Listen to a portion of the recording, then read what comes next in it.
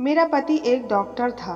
वो रोज रात को मुझे एक इंजेक्शन लगा देता, जिससे मेरी दिन भर की थकान उतर जाती और मैं अच्छी नींद सो जाया करती। एक दिन सफाई करते हुए इंजेक्शन मुझसे गिरकर टूट गया। पति की डांट से बचने के लिए मैंने इंजेक्शन में पानी भरकर रख दिया। रात को उसने वही पानी वाला इंजेक्शन मुझे लगा दिया और कमरे से बाहर चला गया। मुझे नींद नहीं आई तो मैं उसे ढूंढते हुए बाहर निकल आई और फिर अचानक मेरी शादी को अभी 2 हफ्ते गुजरे थे कि मेरे शरीर में एक अजीब सा दर्द शुरू हो गया। ये अजीबोगरीब दर्द शाम होते ही शुरू हो जाता, लेकिन सुबह होती तो ये दर्द अपने आप खत्म हो जाता। सारा दिन मुझे दर्द नहीं होता। मैं बहुत हैरान होती कि आखिर ये कैसा दर्द है जो सिर्फ रात को होता है और दिन के वक्त यूं महसूस होता था कि जैसे ये दर्द हुआ ही ना हो। मेरा नाम मीना है। मेरे पति पेशे से एक डॉक्टर थे, लेकिन मैंने कभी भी अपनी ये प्रॉब्लम पति को नहीं बताया, क्योंकि मैं जिस खानदान से आई थी वहाँ डॉक्टर को बहुत बुरा समझा जाता था। मेरी मम्मी का कहना था कि ये डॉक्टर इंसानों को दवाइयों के नाम पर केमिकल खिलाते हैं, जिससे उनका शरीर खराब हो जाता है। मेरी मम्मी तो मेरी शादी किसी डॉक्टर से करने के लिए तैयार ही नहीं थी, मगर वो बहुत अमीर था, इसलिए मम्मी ने हाँ कह दी। शादी के बाद सब कुछ अच्छा था, लेकिन फिर अचानक एक रात को मेरे शरीर में दर्द होने लगा। सारा दिन मुझे दर्द का जरा सा भी एहसास नहीं होता। मैं बिल्कुल ठीक होती और शाम होते ही इतनी तकलीफ बढ़ जाया करती थी कि उठना भी मुश्किल हो जाता था। मेरा पति बहुत ही अच्छा इंसान था। वो मेरा बहुत ख्याल रखा करता। एक दिन मेरे पति मेरे पास आए। मेरे पति ने मुझे कहा कि घबराओ नहीं, मैं तुम्हारा इलाज करूँगा और तुम फिर पहले की तरह बिल्कुल ठीक हो जाओगी। मैं तो परेशान थी, क्योंकि मेरा तो डॉक्टर पर यकीन ही नहीं था। मेरे पति यह बात कहकर चले गए थे और मैं सारा दिन इसी बारे में सोचती रही कि ना जाने मेरे पति मुझे कौन सी दवाई देंगे। रात हुई तो मेरा पति कमरे में वापस आया और मुझसे आकर कहने लगा कि मैं तुम्हारे लिए ये इंजेक्शन लाया हूँ, इससे तुम्हारी तबीयत ठीक हो जाएगी। मैं पहले तो घबरा गई, मगर मेरे पति ने मुझे तसल्ली दी और कहा कि सब ठीक हो जाएगा। फिर मैंने उसकी बात मान ली और इंजेक्शन लगवाने के लिए राजी हो गई। इंजेक्शन लगाने के बाद दर्द तो जैसे जड़ से ही ख़त्म हो गया था और फिर मुझे सुकून से नींद का भी एहसास होने लगा। मुझे नहीं पता चला कि फिर क्या हुआ, क्योंकि मैं तो सो चुकी थी। अगली सुबह मेरी आँख खुली तो मैं बहुत ही अच्छा महसूस कर रही थी। आज बहुत दिनों बाद मैं सारी रात के लिए सोई थी, वरना तबीयत की खराबी के कारण सोना भी मुहाल हो गया था। मैंने नहाकर पूजा अर्चना किया और भगवान का धन्यवाद किया और कहा कि शुक्र है उस इंजेक्शन की वजह से कोई गलत असर नहीं हुआ, बल्कि मैं तो ठीक हो गई हूँ। सुबह मेरे पति ने मुझसे मेरी तबीयत के बारे में पूछा तो मैंने उन्हें कहा कि अब मैं काफ़ी बेहतर हो गई हूँ। यह बात सुनकर मेरे पति ने मुझे कहा कि वो मुझे रोज़ रात को एक इंजेक्शन लगाया करेंगे, जिससे मेरा दर्द हमेशा के लिए ख़त्म हो जाए। ऐसे ही दिन गुजरते चले जा रहे थे और 1 साल हो गया था मुझे यह दवाई इस्तेमाल करते हुए। बस इस दवाई से मेरी रात में नींद नहीं खुलती थी, मैं सुबह ही जागती थी। एक दिन मेरी मम्मी मुझसे मिलने मेरे घर आ गई थी। मैं परेशान हो गई कि कहीं मेरी मम्मी वो इंजेक्शन न देख लें, क्योंकि अगर ऐसा हो जाता तो मेरी मम्मी गुस्से में आ जाती और मेरे पति से पूछती कि वो मुझे ये दवाई का इंजेक्शन क्यों लगाता है। मैं सोच रही थी कि क्या करूं। मेरी मम्मी उसी कमरे में बैठी थी जहां इंजेक्शन पड़ा था। फिर मैंने एक तरकीब सोची। मैंने किसी काम से मम्मी को कमरे से बाहर बुलाया और मैं उनको वहां छोड़कर खुद कमरे में जाकर वो इंजेक्शन उठा लिया और फिर उसे किसी और जगह पर छुपा दिया। मैं बहुत खुश थी कि आखिरकार मम्मी को पता नहीं चला। ऐसे ही दिन गुजरते चले गए। मेरा पति इस इंजेक्शन के मामले में काफ़ी संजीदा था। अगर कभी उसके आने से पहले मेरी आंख लग जाती तो वह चिल्लाना शुरू कर देता। हालांकि वो मुझसे मोहब्बत करता था और कभी गुस्से में बात नहीं करता था, लेकिन बात जब इंजेक्शन की होती तो गुस्से में आ जाता। मैं बहुत हैरान होती कि वो ऐसा क्यों करता है। इसी तरह एक दिन मम्मी के जाने के बाद मैं इंजेक्शन को वापस उसकी जगह पर रखने लगी, लेकिन ज्यों ही मैंने उसे वहाँ रखा, वो मेरे हाथ से फिसल कर नीचे गिर गया। थोड़ा सा इंजेक्शन की दवा जमीन पर गिर गई। मैंने उसे टूटने से बचा लिया था, लेकिन मैं बहुत डर गई थी। खैर, मैंने उसे वापस उसकी जगह पर रखा और फिर अपने पति का इंतजार करने लगी। रात को मेरा पति आया तो इंजेक्शन की बोतल में कम इंजेक्शन देखकर वो बहुत गुस्से में आ गया और कहने लगा कि ये क्या कर दिया है तुमने, बाकी का इंजेक्शन कहाँ है।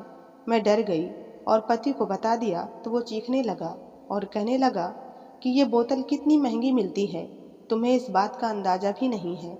मैं सिर्फ तुम्हारी मोहब्बत में ये बोतल मंगवाता हूँ और तुम्हें इंजेक्शन लगाता हूँ। मुझे डांटने के बाद मेरे पति ने मुझे इंजेक्शन लगाया और फिर मैं सो गई। अगली सुबह मैं उठी तो बहुत सुकून में थी, लेकिन एक बात मुझे बहुत परेशान कर रही थी कि मेरे पति ने मुझे एक इंजेक्शन के लिए इतना क्यों डांटा।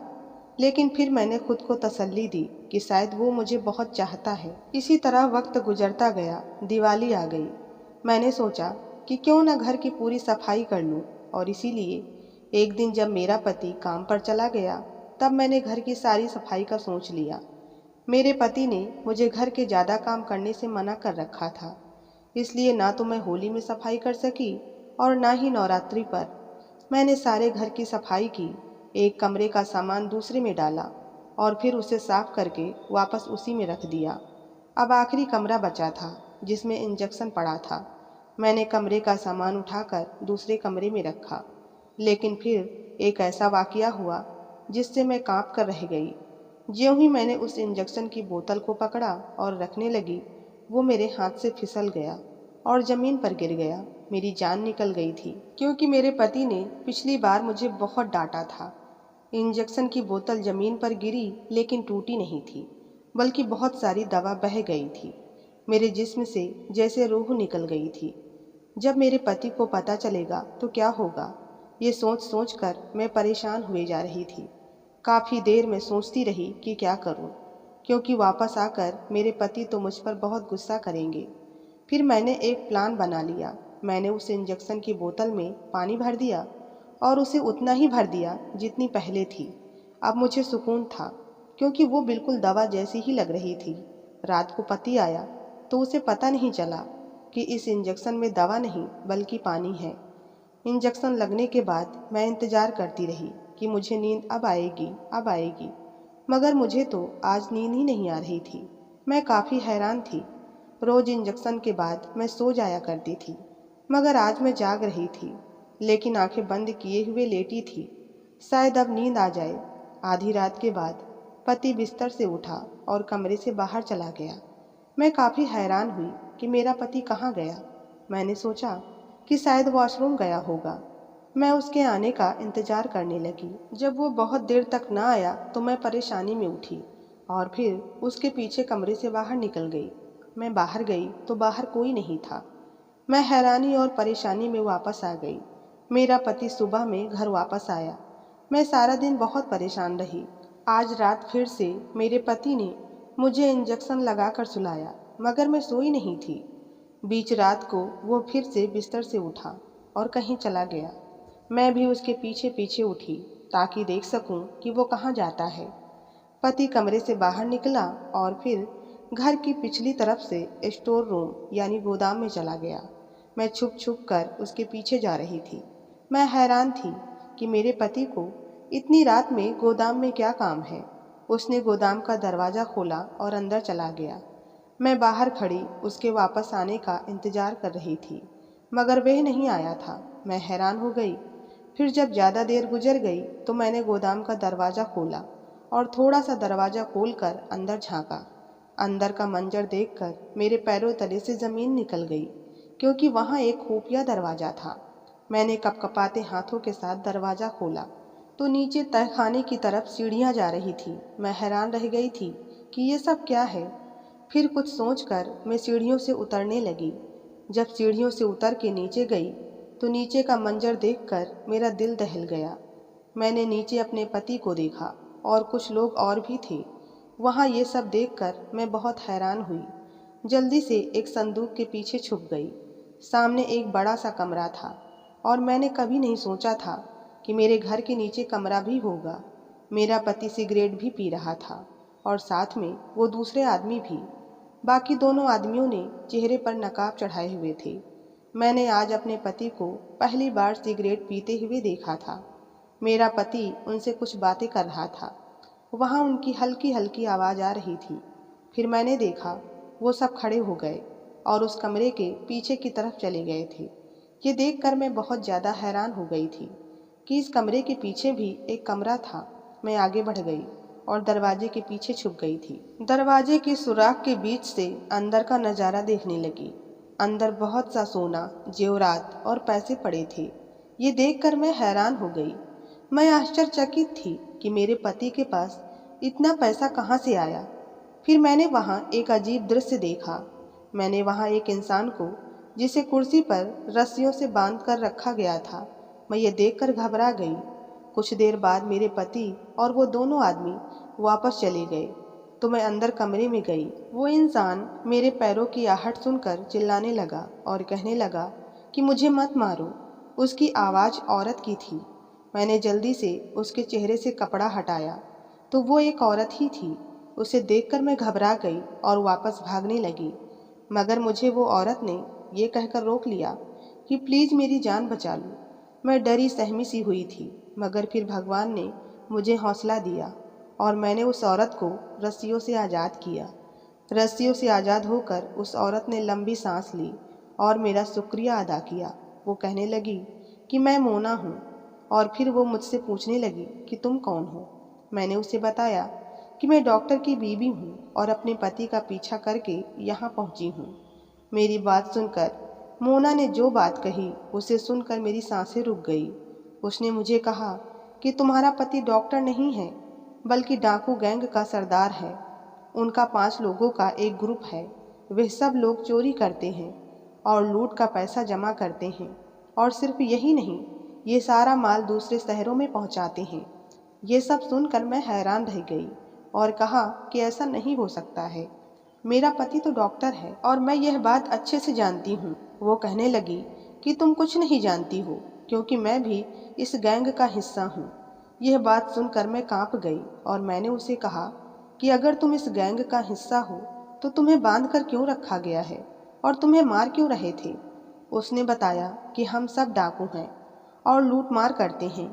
पुलिस को हम पर शक न हो इसलिए हम सब भेष बनाए हुए हैं। मैंने एक नर्स का भेष बदला था।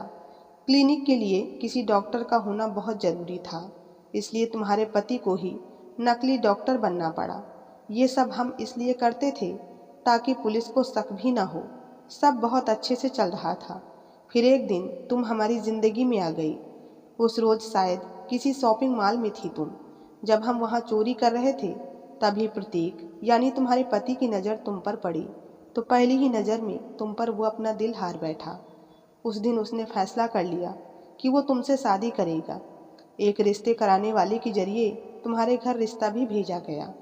शादी के बाद प्रतीक का रात को चोरी के लिए हम सब के साथ जाना बहुत कम होता चला जा रहा था और हमें इसका बेहद नुकसान हो रहा था, क्योंकि प्रतीक हमारे ग्रुप में सबसे ज़्यादा तेज था। फिर हम सब ने एक तरकीब सोची। प्रतीक ने डॉक्टर से संपर्क किया और फिर तुम्हें एक ऐसी दवाई खाने में मिलाकर देना शुरू कर दिया जिससे रात होते ही तुम्हें थकावट हो जाया करती।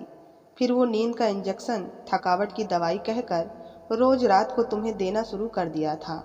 प्रतीक तुम्हें छोड़ना नहीं चाहता था, तुमसे मोहब्बत करता था, इसलिए वो छुप कर रात को चोरी करता था। वो तुम्हें नींद के इंजेक्शन से सुला देता था और तुम्हें एहसास भी नहीं होता था कि तुम्हारा पति रात को कहाँ गया है। मैंने इस गैंग को छोड़ने का मन बना लिया था, क्योंकि मैं इस पेशे से ऊब गई थी और बेहतर ज़िंदगी गुजारना चाहती थी। मैं एक नेक इंसान से मोहब्बत करती हूँ, मगर मेरे साथियों ने मुझे यहाँ लाकर बंद कर दिया और मुझे मारना पीटना शुरू कर दिया। ये कहकर मोना रोने लगी। मैं उस लड़की की सारी बातें सुनकर बहुत हैरान थी। अगले रोज मैं और मोना पुलिस स्टेशन गए और हमने सारी बात पुलिस को बताई। फिर अगले ही दिन मेरे पति समेत सभी को गिरफ्तार कर लिया गया। इस हादसे को 5 साल गुजर गए हैं। मोना अपनी ज़िंदगी में मगन हो चुकी है। मेरा पति आज भी जेल की सलाखों के पीछे है। फिर भी मैं उससे मोहब्बत करती हूँ, इसीलिए उससे तलाक नहीं लिया।